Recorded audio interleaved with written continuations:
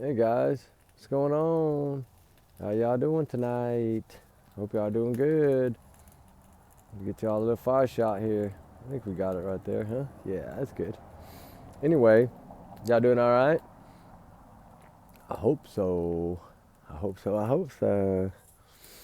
Uh, Today we did a little video on spreading awareness. You know, that Gabby Petito story is very heartbreaking, and it hurt to even talk a lot about it. That's why I think bounced around a little bit about some of these other cases that have similar things happen, you know, with domestic violence. And domestic violence to me comes in all kinds of ways. Any kind of form of abuse to me by someone to another that you're married to or a child or whatever, it's, to me, I consider that domestic violence. You know, trigger warning times 100 million, but I do. And if somebody just would have known, Gabby would still be here, right? And Suzanne Simpson would still be here. Nikki McCann had tried to, she had already been gone for 2 months. That's to me, that's tough because she had already, you know, pressed charges on him. He was already going to go to jail for it. And then, of course, she vanished. But that was the only way that he was going to keep from going to jail. So that's why I don't know why they're pissing around the bush, excuse my language, just arrest him and get it over with.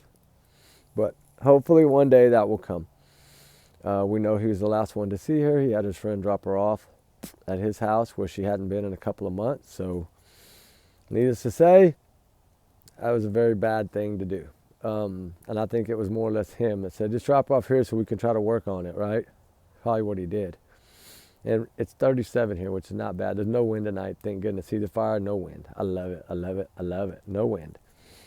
And, you know, I do want to talk a little bit about a few things because there's another few things that I kind of wanted to start going over. I kind of want to get into BTK and John Wayne Gracie, and I'm going to try to pick a day to start discussing some of these older cases and compare some of the newer cases to them, right? And go back to like John Benet Ramsey. I've covered her before, and some things like that, because I've always felt that John Benet Ramsey, I've always felt the mother somehow was the main one. And I know she's gone now and she can't defend herself, but I think that she wrote that letter. I think we know now that the little nightgown was stuck to the blanket she was wrapped in, which had been in the dryer recently. So I think that somebody had to have got that blanket out of the dryer, and if it's down in the basement, they're not going to come through the house. That's why I always kind of really thought that it was the mother involved, and that the father, and you know, kind of hushed about it and didn't want her to go to prison, because evidently she had a very bad temper. So anyway, I always say karma's, you know what, so I don't know, but I don't wish that upon anyone, but I wish the truth would have been discovered in John Benet Ramsey's case, right? But I understand back then technology wasn't as good. And I think there was a lot of errors by law enforcement back then too. But, you know, some of these older cases I want to take a deep dive in. And you know, I've written a lot on some of these older cases because I used to be nothing but cold cases. And so I kind of want to get back into my roots a little bit. You know, cover the cases we cover now. Anything that's breaking, we cover it. But still do our searches. But I want to talk about some of these other cases, like the Texas Unalive Fields, the lady with the red ribbon, the forgotten victims, you know, a lot of those are still unsolved. I know DNA is being tested now, and that's wonderful. But, you know, I was boots on the ground out there, right? And so I've seen the area. I know what it's like. It is very creepy. I'll take y'all one time out there to that 25-acre tract, and believe me, I could scream as loud as I want, and not a soul would hear me. It's really, I haven't been to taking y'all to an area like that yet. It is really creepy, and one day we will. I know it's in the future, and one day we will. And we'll go at night too, you know, so that way you really get the feel of it. We know all those victims, 30 plus victims, ranged from ages 12, I think, to 25 or 35, something like 12 to 35, I believe. And then a couple of them were older, but the majority age was 12 to like 25 or 35. And it was a lot of, you know, like call girl things, right? I can't use the other word, but you know what I'm saying. There's just so many of these, like the Ladybird Lake that I used to talk about a lot. And I want to get back into the Ladybird Lake because we know now that another person has been discovered.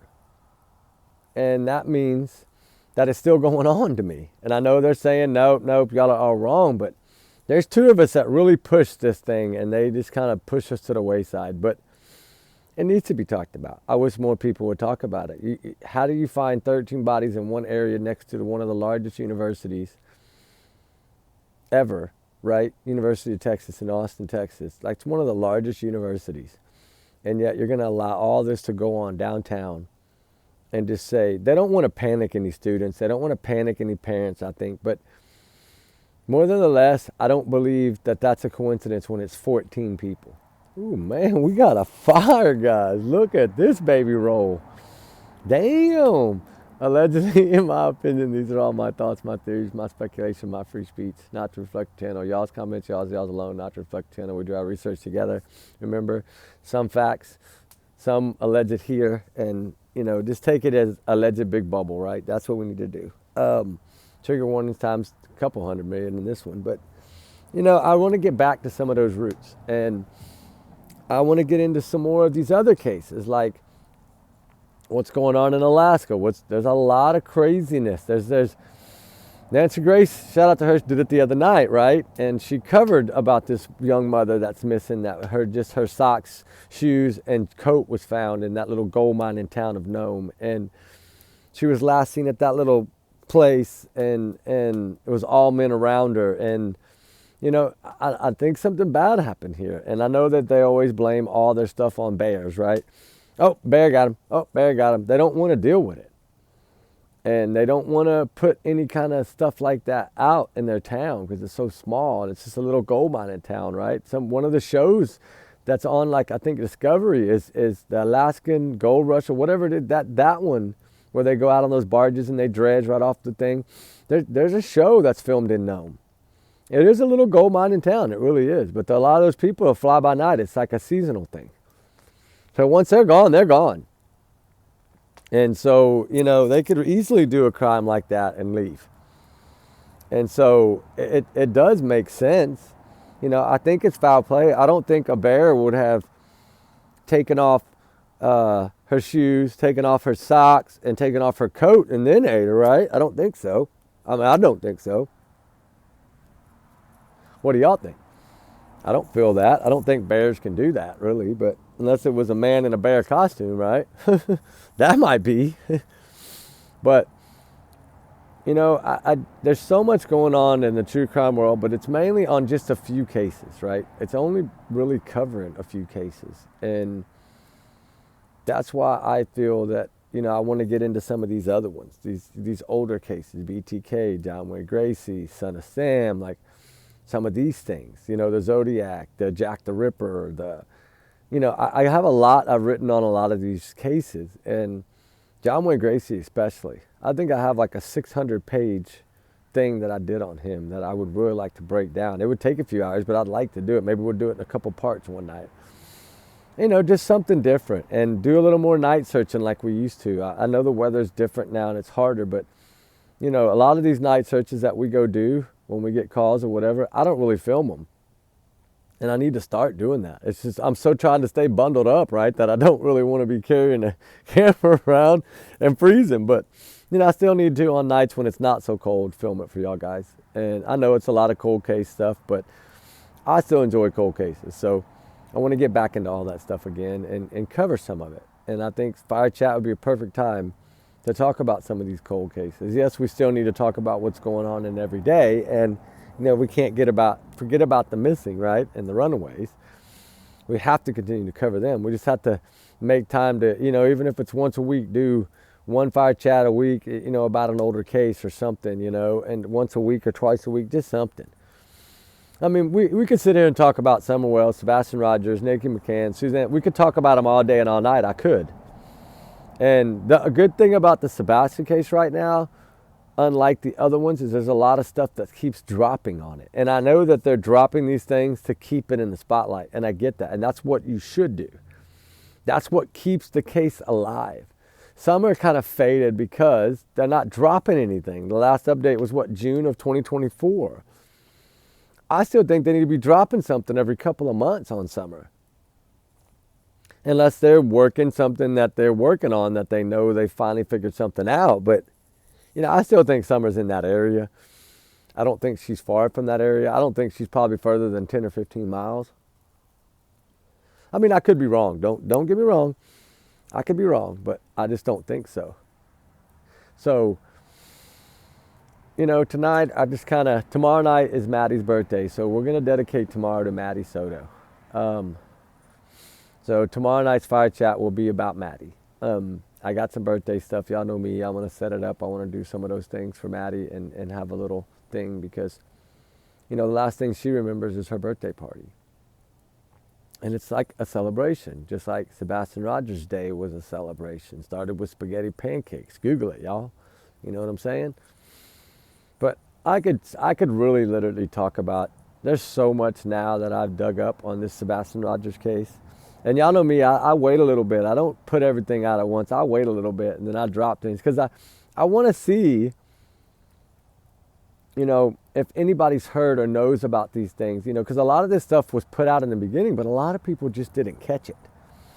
And so when I go back and I really break down the older interviews, you learn so much more.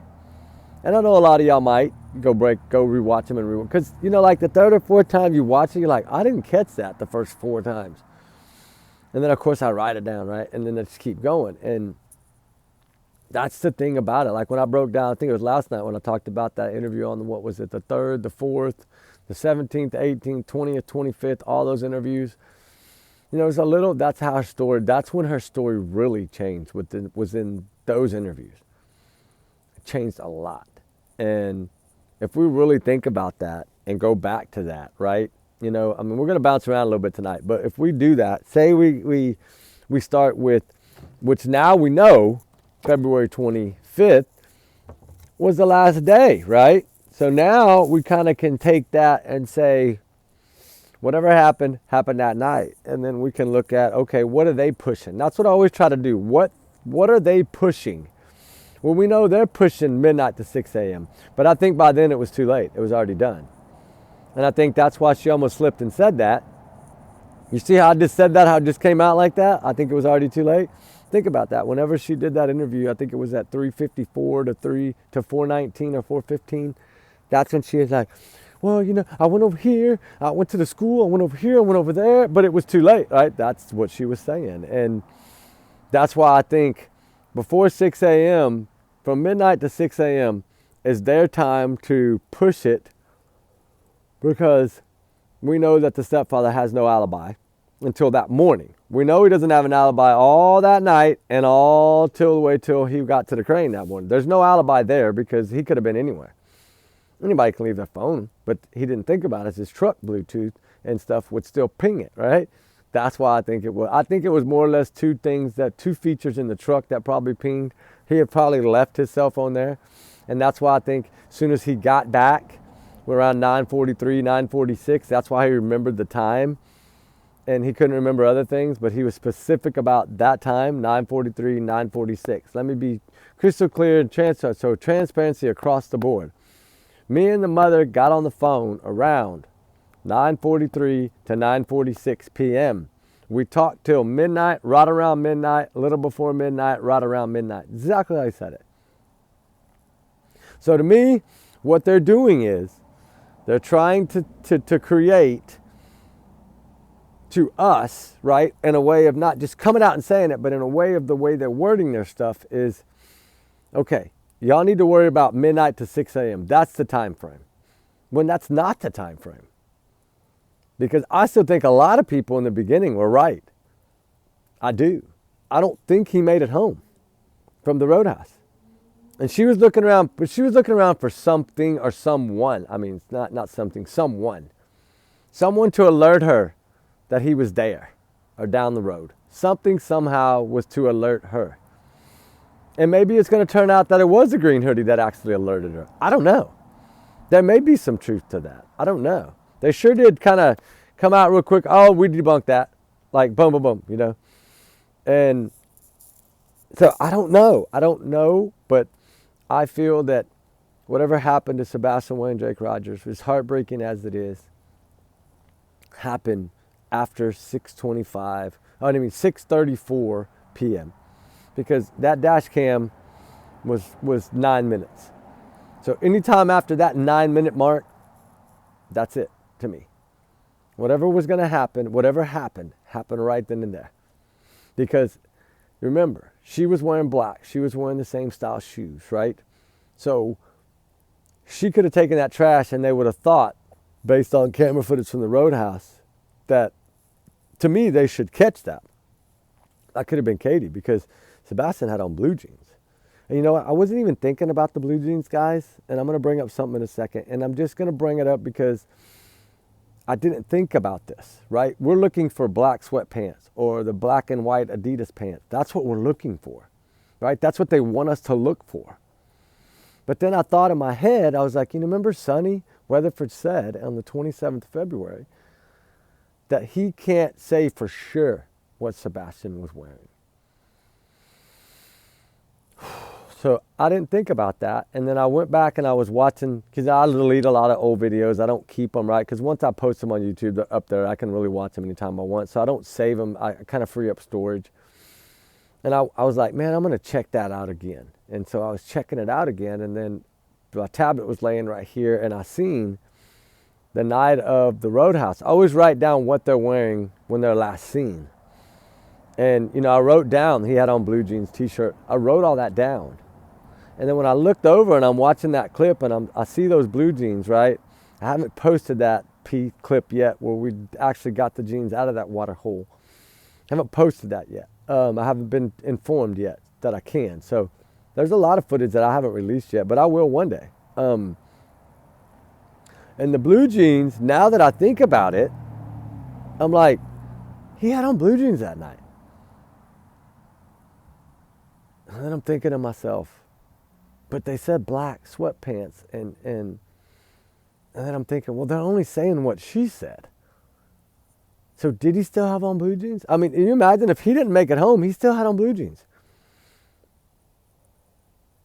And what I think is, okay, say you're getting sleepy in the car. What do your kids do, right? We've all raised kids. Most of us have all raised our kids up. They're probably got grandkids by now. I don't have grandkids yet, thank God, knock on wood, but not yet. It's too early yet for me to have grandkids. But think about that. If he did,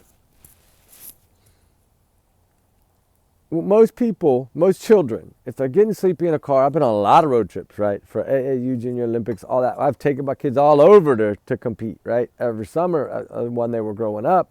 And they always, before they fall asleep in the car, they kick their shoes off. That's what they do.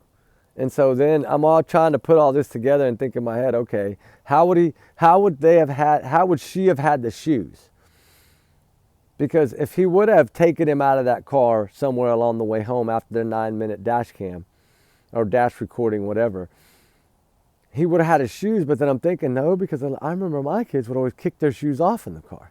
Because whenever I'd pick them up and take them into the hotel or whatever to put them on bed so they could sleep, I'd have to go back and get those shoes out of the car. And so I was like, man, that makes sense. He looked really sleepy to me coming out. His hands in his pocket. His head was kind of down. He looked like he was walking slower. She kind of had to move him. Like maybe he was getting so drowsy and that when he got in the car, he just kicked his shoes off, right? And a lot of kids would do that, especially teenagers. They put their feet up on the dash or whatever. Take your shoes off before you put your feet up there, right? I could hear mama saying that right now, right? Because that's how I know my kid's mama. Take your feet off the dash, pick your shoes off, and then put your feet up there. I don't mind the socks on the dashboard, but I don't want the shoes on the dashboard. So that I thought about those things, and I'm thinking that may be, right? Because we know that either she used the shoes as scent, and that's why she kept them, or he kicked the shoes off in her car, and the shoes were still in her car, and she had to put them in the house, right? And she could have possibly used them to try to take out the trash. Maybe she wore his shoes to take out the trash, to try to leave some kind of scent trail. I think she tried, it just didn't work because her sweat or her scent overpowered it. Because he wasn't the one that grabbed that trash can handle, right? She was. So his sweat on his palms from eating and all that stuff in there, inside in the element, the warm, he he would have left his scent on that trash can. And they had on nothing outside. So that's why I've always thought she's full of BS, that, that was her taking the trash out. And as we know, the biofather did say, it's so grainy and dark, I can't. Well, we know the light bulb was out on that garage, right? That would have showed clearly that. So now that we know the light bulb's gone, there wasn't any light. So that's, part of it, right? Was so they weren't seen. She wasn't seen doing that. Like, that's why I think this is premeditated. I think it was all planned before the weekend, or maybe planned that weekend after whatever happened Friday or Saturday with the bite marks, scratch marks. I think Sunday was more of a try to get him, say I'm sorry. I think was more of the special day for him, because maybe him and Chris had got into an altercation, allegedly, right, in my opinion, but got into maybe an altercation, and that's when the scratch marks and bite marks happened, or that was when he took him out of her car and put him into his and drove back that night. One or the other. Somewhere, somehow, those scratch marks and bite marks happened. Those bite marks are circle. They are not a dog bite. So, to me, in my opinion, they are not. Everybody I've had look at them, they're not a dog bite. So, and plus, dog bites you, you're going to have two sets of marks, a lower and an upper. But a dog would have poked a hole because their teeth are so fine pointed. They're not wider teeth like human teeth. Those clearly look like human teeth marks to me. And I could be wrong, but to me they did. And, I think I did already, right? Allegedly, in my opinion, I think I did all that already. Let me do it again just in case, because I don't want to get too far into this and forget and be like some of these other ones, right? So, allegedly, in my opinion, these are my thoughts, my theories, my speculation, my free speech, not to reflect the channel. Y'all's comments, y'all's alone, not to reflect the channel. We do our research together because we're a big hearted little family. Trigger warning times 100 million. And I should have also said, Sebastian Wayne Drake Rogers, missing out of Hendersonville, Tennessee. He was 15 at the time. His birthday was December 7th, 2024. He turned 16. So from February 25th, 2024, his birthday is December 7th, 2024. He had turned 16, so 15 when he went missing, 16 now. His favorite color is green. He's a gamer. He loves Minecraft. He loves Star Wars. He loves all these games. He loves that. He loves playing games with his dad, with, all these things. His Seth had taken him to a few of these gaming places. He got to play with it. That's fun. He loves chess. He's smart. He's always smiling. Always smiling. Every picture I've seen, other than the one we're going to talk about in a minute, he's always smiling. And he's just a special child. He's unique, like Seth says. He's unique. He is unique. He really is unique. Like, I could tell he's unique. And to me, that's a good thing, right? Because everybody has their own specialness to them. And his specialness is he's unique. So that's a good thing, not a bad.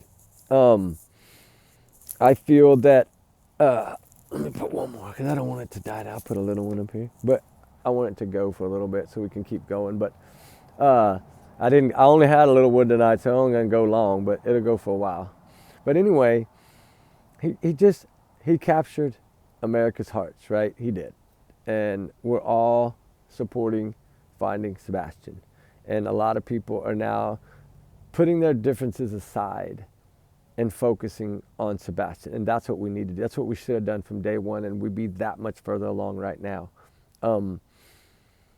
And we didn't do that. We let other things get in the way, and that's sad. I mean, I didn't, but a lot of people let other things get in the way. I've continued to search no matter what. And I mean, I have search footage from before I even had my channel.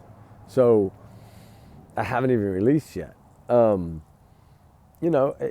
It's something, I believe foul play is involved. I think they said that they didn't rule it out. So I feel that they know something is not right. The thing is you don't put a child up for this long with the fear that he might get out or escape. The longer it goes, the more likely he will get loose. He's not a little child, remember that. He's 16. So if he gets free, we know how fast Sebastian is. He gone. You're not catching that kid. And that's why I don't think they would have taken the chance. I mean, you can't, it's hard. I know that there's been very, very, very few cases of this. where somebody's been found after years. It's very slim, guys, very slim. Less than 10%, less than 5%. And so we have to consider that. And my faith is strong. Y'all know that. I still have hope that he's out there. I've always thought Alaska. Y'all know that. Or Philadelphia. That's the two places I've thought that if he was somewhere, that's where he is.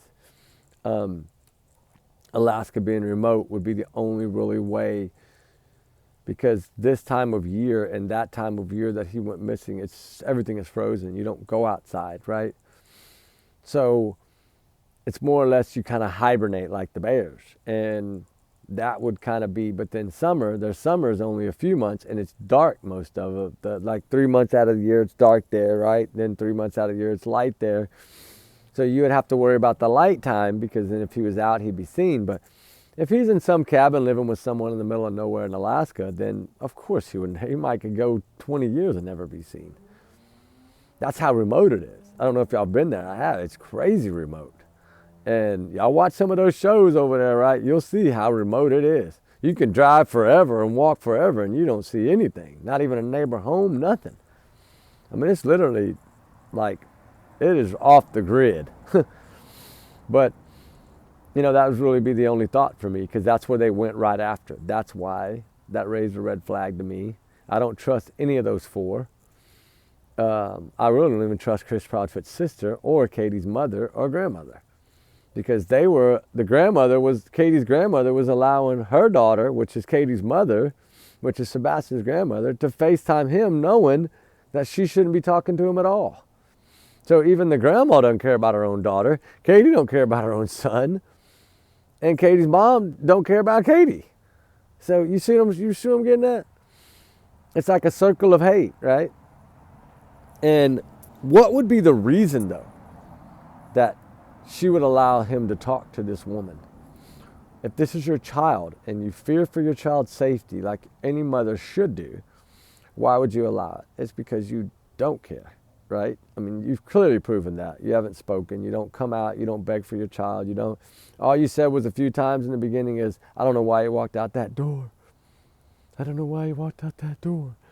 But before you said that, you looked at your husband and like spit out a little, like a laugh, right? And then of course he smiles to try to help you. And it's just, you don't do that. Sorry. You don't see these other, you see Gabby Petito's parents? Did you see them doing that? What did you see them doing? What did you see Riley? The perfect example to me is Riley Strand's mother. This is a grown young man, not grown like an old man, but grown young man, college kid, almost done with college, old enough to defend for and to live on his own if he needed to, right? Pay his own bills, do his own thing, work if he needed to, right? That we know that he was basically a young grown-up, right? And look how that mother, she could not stop the tears from flowing. As soon as someone said his name around her, the tears came. That's how parents act. Monkey Vaughn's mother, that's how parents act. Not like the Wells and the Proudfoots. No, and the Stinky Socks. That's not how you act. And I think everybody knows that 100%. That's not how you act. But one picture I did want to talk about, because I am bouncing around. I'm going to bounce on to something else just a second. But the photo that was just released of the video, just released to me, I just saw it on a little clip that it was him with a tea in a cup or whatever. And he's saying, tea that? He's such a cute little kid. And he's so happy-go-lucky, right? But then when she says, at the end of that little clip, Sebastian, you're goofy, you see his little pouty lips come up? That shows you one thing to me. That is a big, big, big red flag. That means that they do and did pick on him a lot. And I bet the word goofy was used a lot. Besides the R word too, right? Which I can't say here, but you know what I'm saying. More or less, the child was being bullied. Pretty much what it is. Bullied by his own mom and his own stepdad. And not only bullied, but DCS was involved too. And so, just like DCS was involved in the Wells case, Summer Wells case.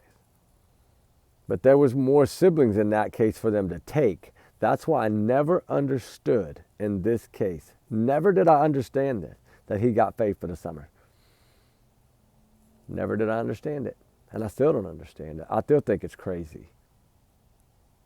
But I have to kind of think about if, you know, with him telling that judge and stuff in that court that he was cleared, I guess maybe they looked at it a little differently. But to me, at Faith's age, they should just ask her. When it's something like this, just ask her, do you want to go with him? She, you know, would have said no. I mean, of course. She's probably terrified of him. And I mean, we know that kids with braces, he likes to hit them in the mouth, you know. Autistic children, he likes to hit them with a belt, and no telling what else. Numerous times. And that came out of his mouth. Because it's so funny was, Nancy Grace, about 3 years ago. And then but you notice when she said 3, 5, 10, and then when she said 10, he gave a smirk. So that means probably at least 10 in my book, right? And I'm sure with the call that Seth did when they had Katie and him were in the apartment and they had Sebastian around Grandma Francis or whatever, I'm sure that was one. Then I'm sure there was more in California. And then I'm sure that there was more. There's in New Mexico, they're in Hendersonville. Supposedly there's some in Texas. I didn't know he lived in Texas, but supposedly there's some in Texas, which that throws a really big alarm to me because I'm wondering if somehow that's Seth's family that may have done that one. I don't know. We know his sister's in San Antonio, Texas. I think his mother's up by Dallas. So I don't know if they're ones that may have reported one. I don't know that. But I know anything's possible, right? And so we got to look at it that way. And then, of course, on that little thing the other night, he did clearly say that when he was asked, well, is there 5 CPS reports or 10 or 6 or 12 or whatever he said? I don't know. So now at least he's saying he don't know.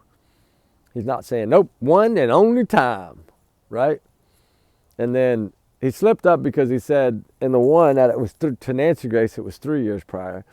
And then on the other show, I think Dutch's or Smiley's World or one of those, he said the 15-year-old did not like it, right? Well, we know Sebastian had only been 15 for a couple of months. So that meant that it was right around that time. And you're not going to convince me. I still think in my head that they had put him out of that house. I know he says they did not, and I don't know what Seth said about that. And Seth, well, I guess he didn't know anything about CPS, so he wouldn't have known if he was mandated out of there or not. Because they weren't telling him anything, which I think is still crooked as hell. They should have told him. I mean, we wouldn't be sitting here talking about Sebastian right now if they would have told Seth this when the CPS happened. Especially if they mandated him out of that home. He should have known right then and there. Especially because, you know what? Katie's name was on it. On one of them at least. Or all of them. I don't remember. I know he said that it was to that household. So he did say that Katie being the bio mom was addressed on one or maybe more. I don't know, but it's still, if her name was on at least one of them, was the one on her or was the one on both of them? I don't know. Did maybe she do something to him early in the day and then when Chris got home, he punished him too? I don't know. Maybe they both punished him in the same day. I don't know. But I still think more or less their form of punishment was probably very, very mean. Like probably taking his games and taking his phone. That's probably why his phone was on. There's no telling what they were doing. But, you know, for you to say your son walked out of a house when there's no scent trail of the son outside that front door makes it hard to believe. It does. It makes it very hard to believe. So, y'all know my opinion. My opinion is the Tinkerbell video, which I used to think had really significant meaning. I think it still has meaning, just in a different way. And that's why I think Eric Craddock said it that way. I think he was being honest when he said that. When he said, as of right now, no, but later on, possibly, it will be. And I think they were trying to determine, was it a setup or not setup? Did they make it look like he went out at 3 a.m? Was that the plan? I think that was the plan, but I think he was already gone, because I think he was gone before midnight, because they're pushing 12 to 6. 12 midnight to 6 a.m. That's the time they're pushing. So to me, I feel that something happened before midnight. We know, according to the flyer now, if it's to be trusted, that he was last seen on the 25th. So that means to tell me that whatever that video is, he's not seen on it. That's what that tells me. So that's why I think that was more or less a dummy. And that's the reason I say it, guys, for y'all to better understand why I feel that way, is because of the way they've actually put the flyer now. Which means what they're trying to say is this boy has not been seen since the Texas Roadhouse. That's what they're doing. Because they can't make out if it's him taking out the trash or not. I think they probably overlaid that picture enough with Secret Service and them that they probably make out that it is Katie. I think that's some of the news that's coming. I think they've got a lot more in this case, because we know, as Seth said, he has a lot of confidence now in them after that last time he spoke to them, which was around Sebastian's birthday. He said he has the utmost respect. They're giving it 150%. So I think he knows a lot more, and that's great. He needs to keep it to himself right now, because I'm sure if they were to reach out to him at all, Katie or Chris, it would be, hey, what do you know? Because I don't feel they're being told anything anymore. I really don't think they've been told anything in months. If at all, in months ago. Maybe even longer than that, because he didn't say that they were at the last time that he went around before Sebastian's birthday. He didn't say that them two were there. And if you notice, last time they did it, they had them all three there. Remember? Because he said that's the first time he had seen them in 2 weeks, is when they had met with law enforcement. And that was over the trash truck and the lights and all those things. That's when evidently he's saying they showed him the video and it was a trash truck. So maybe they were telling them that it was a trash truck. But I think more or less they were only showing them the end of that clip. I don't think they were showing them the other clip for a reason, because they can't rule them out. So they're not going to show them what they think might be evidence. They're only going to show them the trash truck, which was around 5 a.m. and say, look, this is what you get. This is what we got, right? And I don't think they wanted them to see the other clip. And I think that's why they tried to create something, was to prove the trash truck theory, more of the 5 o'clock in the morning thing. And I think while they were doing that, someone had somehow they had watched that other clip, or someone did, and was like, hold on, this is more like flashlights than a trash truck. And then that may be why they were juggling with what to do. But we know they tried to debunk it. That was their thing they did. And, you know, of course, the Proudfoots, right? And so to me, there's just so much that we can speculate on, but yet there's a lot out there that we can use as a tool. The tools being the lies. Because anytime you're telling lies like that, multiple lies, and your stories are changing multiple times, what's usually the outcome in that? Do the statistics math. What is usually the outcome when they're lying like that? They're guilty. And I think that they've given that away to law enforcement since the beginning. And I don't feel that when he went to Nancy Grace, I think by then they weren't even talking to law enforcement anymore. I don't think law enforcement was talking to them anymore. And I think because Seth calls so much, they're communicating with him. But I think the other two are scared to call. I think they're worried to call. I think that's why we learned that. I think somebody that's working with them, which y'all know me, I don't talk about channels, but supposedly he was communicating with TBI and Sheriff's Office, and then it came out the other day that he was not communicating with TBI or Sheriff's Office. It was somebody in another county that's a dog handler or something. So I don't know why they would put that out. I just don't get why somebody would blatantly lie like that.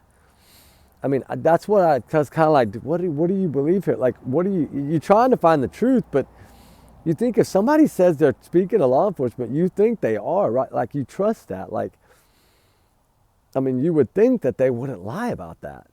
That's why I was kind of like 50-50, but it is what it is. If they have proof and they can show the receipts that they were not communicating with them, then they weren't communicating with them. But that's not for me to say, because I haven't talked to anyone that told me that. So y'all know me, and I don't talk about channels. I just don't. I feel that YouTube and true crime world is about opinions, theories, facts, and speculations, and mainly our opinions, right? And our digging and our research. But everybody is entitled to their own opinion. So how am I to judge somebody else's opinion? I can't. Because if I start judging all their opinions, then they can judge my opinions, and it has to be okay, right? So I feel that everybody has their own theories. Everybody has their own opinions. Everybody kind of takes their own side. So just leave it at that.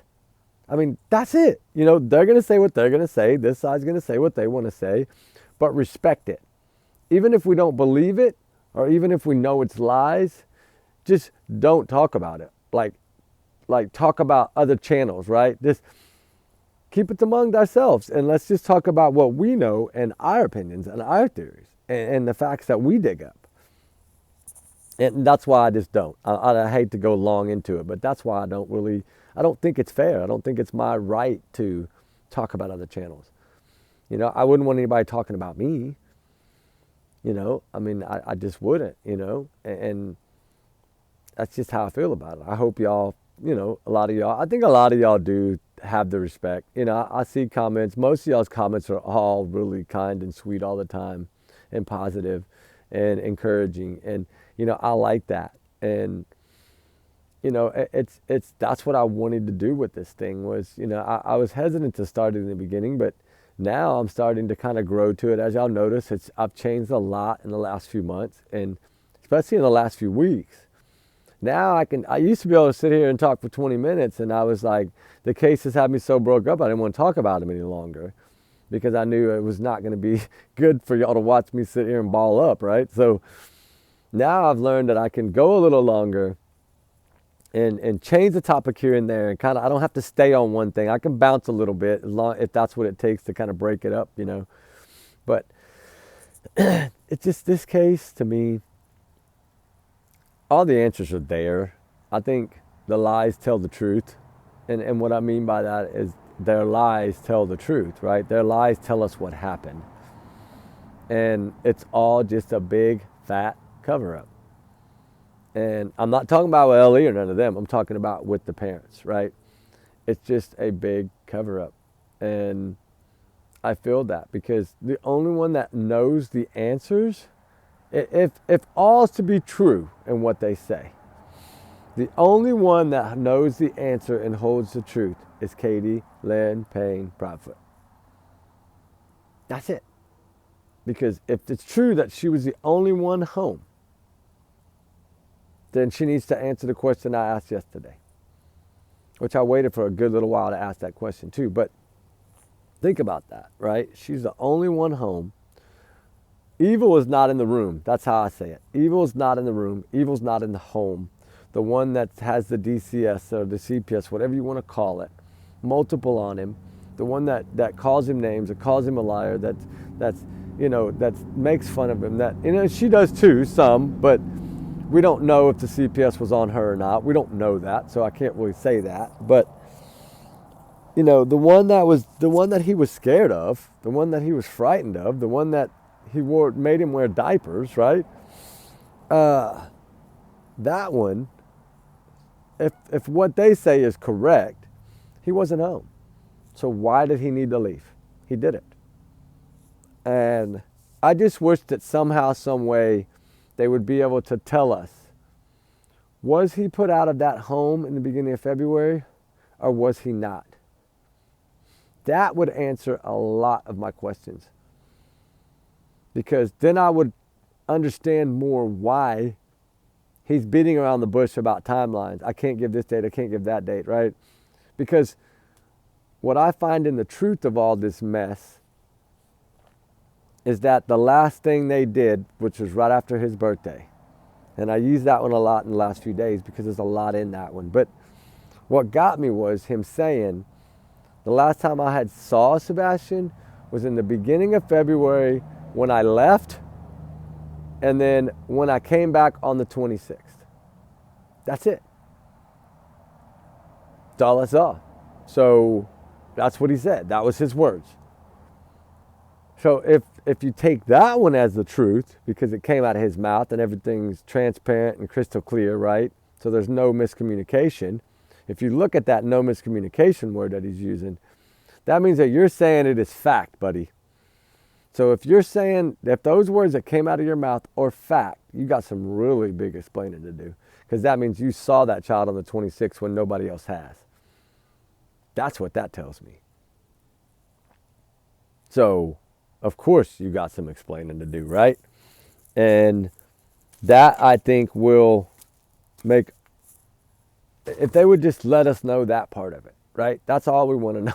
It's just, let me know if he really did, if he really was put out of that home. Because then I could understand why he would hide and beat around the bush and use lawyer terms and say it was from law enforcement. Law enforcement's never going to tell you you can't take a polygraph test. They're not going to do that. It's your free will. They're not going to take your rights from you. If you want to take one, you take one. And I still don't think they told him because of your whereabouts, you didn't need one. I don't think they told him that because I don't think he has an alibi. I think the only alibi he has is that morning around 6 a.m. And that's why they pushed the midnight to 6 a.m. is because he knows that he can vouch for that time. Somehow, some way, he can vouch for, 9:46, 9:43 p.m. all the way to when he was in the crane. He can vouch for that time, but he can't vouch for the time before that.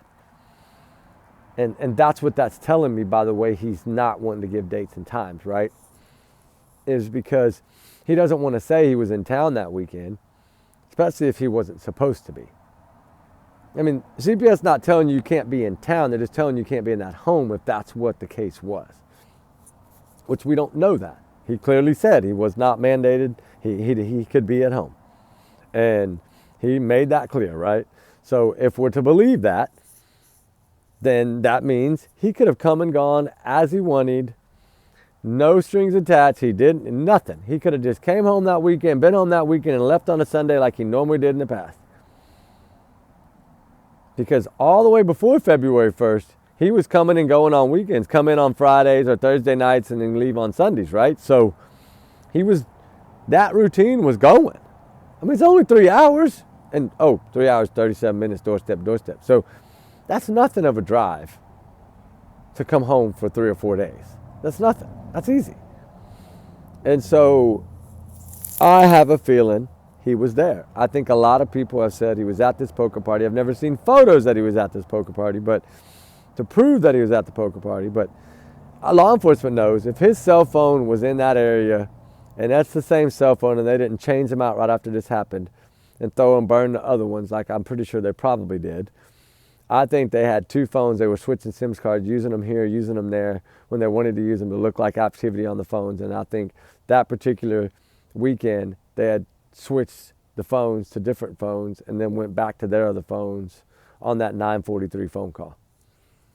And that's what I think. In my opinion, I think that's when he really used his real phone to call her real phone, was that particular time, 9:43, once he was at that camper.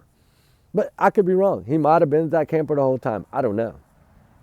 I have no idea, honestly, because we can't believe what he says. So, I mean, he just, everything he says comes out of his mouth is pretty much lie. And that's truly sad because we can't get no truth out of it. Just like we can't get no truth out of Katie. We know they don't search. We know they've never begged for this child. We know they've never pleaded for this child. We know they've never been emotional for this child. We know all the really things they say are, we love you, we want you home, you're not in trouble. So out of the 3 things you say, one of them is, you're not in trouble. So this poor little Sebastian must have been in trouble an awful lot to be such a smiling and happy kid. That's what that tells me. Just like that little pouty face he made when she called him goofy. It probably hurt his feelings. But to her, it was probably funny. And it's not funny. If your child is upset about what you're saying, don't say it. I mean, I would never call my child goofy. Never. I might say, quit acting silly, but I would never say, you're goofy. That's not a nice word to say, especially not to a teenager.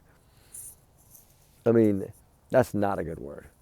But, and that's my opinion, of course. Allegedly, it's my opinion. I say what the hell I want to. But, you know, it's all going to come down to one thing. When is the arrest going to happen? And is their last update true or false? Is it true that there's something coming? Is it true that there's some arrest or something coming? Is it justice coming in this case? Or is it true that they have jack shit? Because we gotta know that it is possible that they might not have a damn thing. And if that's the case, we're looking at another Summer Wells. Summer Wells 2.0. Sorry, I hate to be the bearer of the bad news, but if they don't come out and do something soon, it's going to be Summer Wells' case. Same thing. And that hurts to even think about, because little Summer still deserves justice to me. And we're going to do our best in June to find her. We're going to do our best to find something to help with that case. And I have a lot of confidence in Ruby that she can do it. And I have a lot of confidence in all you that want to come and help. I think together as a team we can make a difference. And so hopefully we can find something, because, you know, I don't want Sebastian Rogers' case to be a Summer Wells case, but the longer this goes, the more it's looking like it. And I hope that little 10% I feel that it could be, I'm totally wrong on that 10%. I mean, the biggest part of me still feels that something's coming down the tube, right? That they got more than, because they are being so quiet, especially lately, zipper tight quiet, right? That I feel that something's fixing to come. And like I said, if it doesn't, then we know they got nothing. And Katie and Chris can keep saying whatever the hell they want to say on any show they want to say it on, and keep telling all the lies, and it's not going to matter. Because if they don't, by now though, technically by now, they should have arrested both of them. Katie for neglect and for allowing him to talk to that grandmother face to face on FaceTime. That should be a thing. And that's why I'm wondering if that's why they moved to Hendersonville. I've always wondered, did they move there to get away from that essay that happened to Sebastian, because that was going to do nothing but keep haunting them in that state? It's possible that they've run every time. New Mexico, CPS, and he runs, and then, you know, California, CPS, he runs to Hendersonville, then CPS, Hendersonville, he runs to the border of Mississippi. Like, I don't know. It's possible. And maybe he was staying away because his anger was that bad and he was in that much rage about Sebastian that he couldn't be around him without doing something mean. I don't know. But we know Mama sure didn't defend Sebastian. Not one bit. If she would have defended Sebastian, we wouldn't be here right now talking about it. If she would have put her child first, we wouldn't be here talking about it. And tell me if I'm wrong. But any woman, any mother that's going to allow a step spouse to do what was done to Sebastian, that's not a mother. Sorry, it's not. Plus, the mother would have been begging on every goddamn channel you could put her on. She wouldn't have cared if she had makeup on her hair, or she got snot running out her nose. It wouldn't have mattered. Because that's your child, and that's all that matters, is that a child gets home. And she has never once acted like that. That's why I feel that, you know, to them it's just a game. And it's how they play the game. And they've pretty much made that clear from the get-go, that it's a game. So, anyway, guys, enough on that one. I did not mean to go that long on Sebastian again. I was going to bounce around a little bit, running out of fire. But I kind of wanted to bounce onto the Caleb Harris case for just a second, because y'all know me, I've always felt like something bad happened in that case. I don't think he climbed down in that manhole on his own. You know, Caleb Harris was, you know, the one that vanished in Corpus Christi at 3 a.m. in the morning and then was found 4 months later. He vanished on March 4th, and then that's my mother's birthday. That's why I remember it so well. And then he was found 4 months later, roughly, in the pumping station, 500 yards from his apartment. But I don't believe that, I mean, we know that he was going on a hookup and all that. That's why I don't feel that there was foul play in that case. And he's a pretty big boy, so he could probably have fought back a little bit. That's what I'm shocked on, right? He's used to fishing and kayaking. That's a lot of upper body strength. So, I mean, must have been something really different way of foul play. But, the body was so far gone when they found him that they couldn't really tell. They've never, I don't think, released one on it. And, they cloned his phone, they did all that stuff, but somehow, some way, something bad happened that night with whoever that Reddit person hookup was, I feel. And I've always thought that it's somehow, some way tied to the Lady Bird Lake things, and I might be wrong, and I probably am wrong, but I've always thought that it might have something to do with it, because I do feel that there's a serial person out there doing this in Austin and bouncing around to different counties. And like I said, I could be totally wrong, guys, but I just had that hunch. And I mean, I investigated behind the scenes. I just don't talk about it a lot because those videos, when I talked about it, didn't do very well. So I felt like a lot of y'all didn't want to talk about Lady Bird Lake. So, I just kind of I'll just keep investigating, but just do it, on my time. And, there's so many other cases out there too that it's that one, there's really no information other than just the 14 that have been found. So all pretty much in the same spot, but they're saying it's just accidents. Kind of like, other things that we hear are just accidents, right? And kids just walking out of doors and this, that, and the other. But it's the thing is that the statistic number is 1 in every 10,000 missing children don't come back or are not found alive. 1 in 10,000. So that's why Sebastian should have done been home. He should have done been found. If he would have been in that area, he'd have been found, because they recanvassed, they researched that area, which throws a red flag to me too, that they would research that area. Something made them research that area. They'll never tell us what it is, but something made them go. They never spend that kind of money to go over the same area they went. Something made them, right after those glasses were found, something made them do that. And it was like right after the glasses were found. So something made them do it. What, I don't know yet, but hopefully one day we will know. I hope soon. And I still want to know if they were kind of stretching the truth a little on those glasses.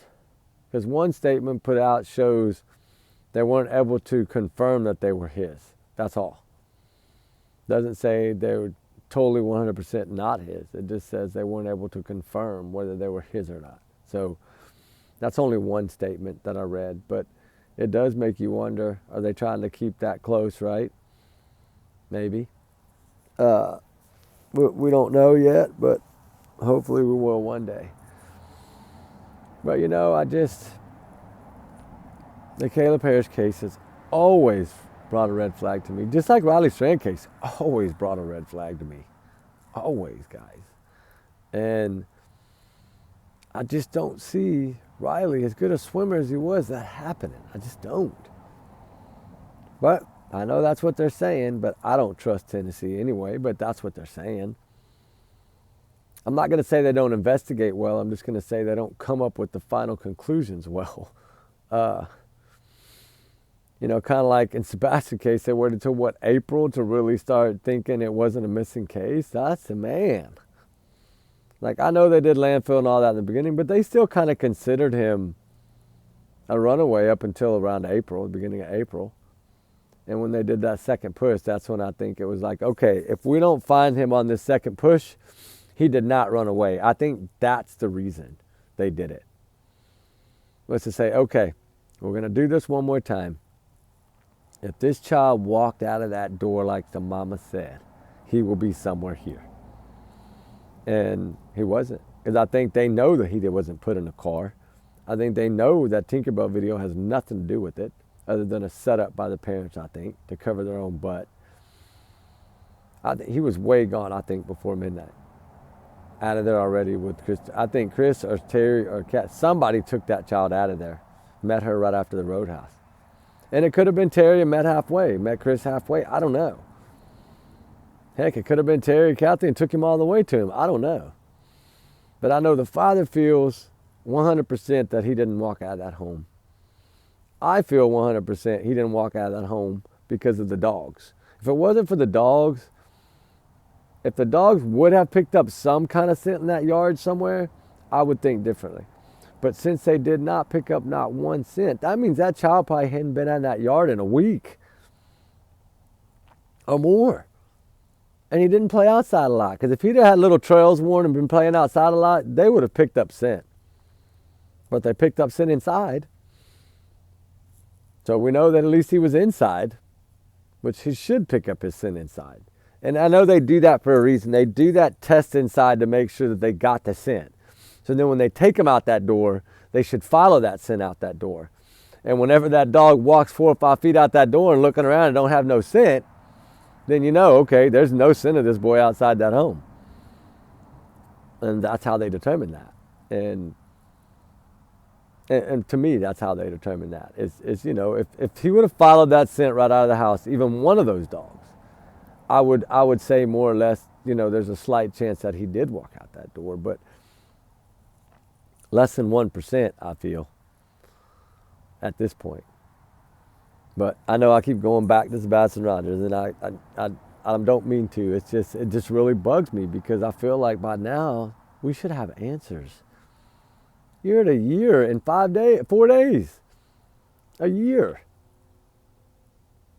And I don't know, amen, maybe he's going to pop and randomly show up at a gas station on the 25th. Like Chris made that comment on that video right after his birthday when she said, well, maybe he'll be home before then. Amen. Like, yeah, like, you know, you're ready for him to get home so you can just get back onto your life. But the craziest part about it is if that kid does pop back up in that home, he's going to tell everything that happened. But one of the really scary things to me is unless you've had a child that's had seizures before, you don't know. One of mine growing up at age 11 had what's called daydreaming seizures because sometimes their little cells don't grow right in their brain or they take a little longer to develop, and they can have what's called a daydreaming seizure where if they're drifting off or they're sleeping, they can have a little seizure. Well, I went through that with one of mine, but of course we took her straight to a specialist and the problem was fixed within like 6 months of medication. Boom, fixed. And then of course it developed right and everything went fine. But you know, it's with him, if off of his medication, he's very high risk for seizures with 6q27 that he had. Heart conditions, heart problems if he's not on his medication. So to me, those two things do not add up well, especially the seizures. Because if you've never dealt with it, believe me, you will panic and freak out when you see it the first time like I did. But of course, all I did was scoop her up and tell the wife to go to the car, get in the car, let's go, right? That, you know, and that's what we did, went straight to the hospital because I was freaking out. And that was more or less 12 years ago. It was a long time ago, but it's still, you freak out as a parent and you want to get them straight to the hospital. That's what you do. And then of course we learned that's what it was. And then we went to a specialist in San Antonio, Texas and got it all figured out. And thank God he's such a wonderful guy. And he was able to explain to us, hey, it's okay. It's really happens more than you know, especially in young children between the ages of 8 and 13. And so then I was like, okay, I feel a little better, right? But of course you can't sleep for a month because you're scared it's going to happen again. But you know, luckily it did it, and it nipped it in the butt and it went on about it. But that scares me about Sebastian because seizures are no game. If you don't realize that you got to turn them on their side and all these things so they don't swallow their tongue or to bite their tongue off. There's a lot of things that happen with seizures that you have to be ready for. And, you know, you can't take baths. You can't go swimming. You can't be in bodies of water at all. Showers only. Like, if you're prone to have seizures, because if you have a seizure in a bathtub, that's it, you're gonna drown. And there's that's what would happen. So to me, I don't know. Could this child have been in the bathtub? I thought about that. Could this child, as soon as they said seizures, I thought about it, because that was one of my fears was, could this child have been in the bathtub and had a seizure? I don't know. But I can tell you, if he would have had one in the bathtub, he would have drowned. Because they can't do anything with their body. They're just in convulsions, and he would have just went underwater and wouldn't have been able to get up. And sometimes seizures can last 30 seconds, 10 seconds, a minute, 2 minutes. It just depends, right? Like, I have a friend of mine that their child has epileptic seizures, and it is horrible. And the medication that this poor child is on has, like, they're so slow, they're so, like, they're in another world. But if they allow them to do this, they won't. It can be really bad. So I've been around the seizure thing a lot, and put it that way. And that's one thing I thought about as soon as I read that, about that particular style of autism, that it's prone to seizures and prone to heart conditions. So anything could have happened. He was overstimulated. Anything could have happened. And usually when you're like that and that exhausted, that's usually when they happen. At least that's how mine was, because anytime she would be like in a sleepy state or a daydream or in a deep sleep is when they would happen. So that's why I know that they're a very scary thing, and there's nothing that child can do when they're having one. But you have to react like really quickly. And because they can swallow their tongue, they can bite their tongue off. Like I said, I know I'm repeating myself, but it's what I'm trying to explain is I think that could have happened, right? It could have happened, because we know now that he was prone to have those with that chromosome. I'm not saying that he did. I don't know. I'm just saying it's a possibility that we might not ever know. Did he have them in the full before? Has he ever had them before? I don't know. But I know once you have the one, there's the likelihood of you having another one is very great. And then sometimes they will get to where you're having them every day, twice a day, 3 times a day. Just depends. So I don't know. But it's scary to think about. It is. And I'm sorry, it is. But, I don't know, guys. I know I'm beat. Here we are, 1 hour and 7 minutes again, just like last night. I just keep yapping and won't shut up. Fire's almost out anyway. I was going to talk a little bit about Summer and Brian Kohlberger and all that again tonight, but we'll save it tomorrow, because I'm going to take off early tomorrow because of Maddie's birthday. So, like, right after we do the Maddie one early, I'm going to try to do the Maddie one early, like around 6 p.m. And then that way we can jump into some of these other ones. And I'm getting more and more comfortable at the hour, though. I really am. I can say that. Thank y'all for being so sweet. I can get there at the hour mark now, and it's been a working process. But Fire Chats now, you look at them, they're at least an hour almost, unless it's a quick update or something. But so tomorrow we'll do a couple more. Because tomorrow weather's supposed to be a lot better. I think it's supposed to be up to like 60. So it'll be a lot better tomorrow to be able to go longer without freezing. But anyway, guys, y'all have a wonderful night. And prayers for all these missing, all these runaways. They run for a reason. And justice for all, and prayers to every one of these missing to be found. Let's see that new case. I'm going to dig out. I'll bring my notes. I have my notes with me tomorrow. I'll pick them up when I get out there in the morning and put them in my backpack, so I'll have them. But, she's 37-year-old, I believe, in Alaska. And it's just a very sad story, because bears don't just take people's clothes off and take them. This is very serious. Something really bad happened to this woman. And I think it's best that we talk about it and spread awareness, because I don't buy the bear theory. Just like Nancy Grace said, she didn't buy the bear theory either. And this has happened on more than one occasion there in that town. That when somebody vanishes, oh, the bear, oh, the bear, oh, the bear. You can't blame everything on a bear, right? This is not during hibernation season. Come on. That don't make sense. Make it make sense. I mean, come on, they're hibernating. How are they going to just come out of their dentist and grab somebody and take their clothes, socks, shoes, coat off, lay it there and go? Take them in the den. No, it don't happen that way. There would have been blood evidence. There would have been stuff everywhere, guys. Trigger warning. Really, they would have been everywhere. But anyway, guys, y'all be good. Y'all be safe. We love y'all guys so much. We appreciate y'all so much.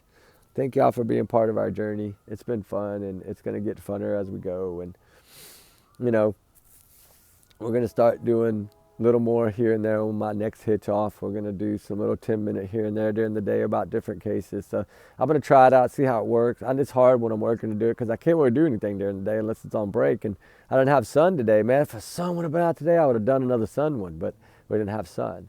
I was looking forward to that too because a lot of y'all like the clouds and all that. I remember as a kid, and even doing it with my kids when they were little, laying blankets out, looking up at the clouds and pulling pictures out of the clouds. We used to do that all the time. We still do it sometimes, but not as much that they're grown now anymore. But, you know, it's still going to be fun because they're going to pass it on, I hope, and keep it going. But anyway, guys, we love y'all, guys. We'll talk on the next one. Y'all be good, be safe.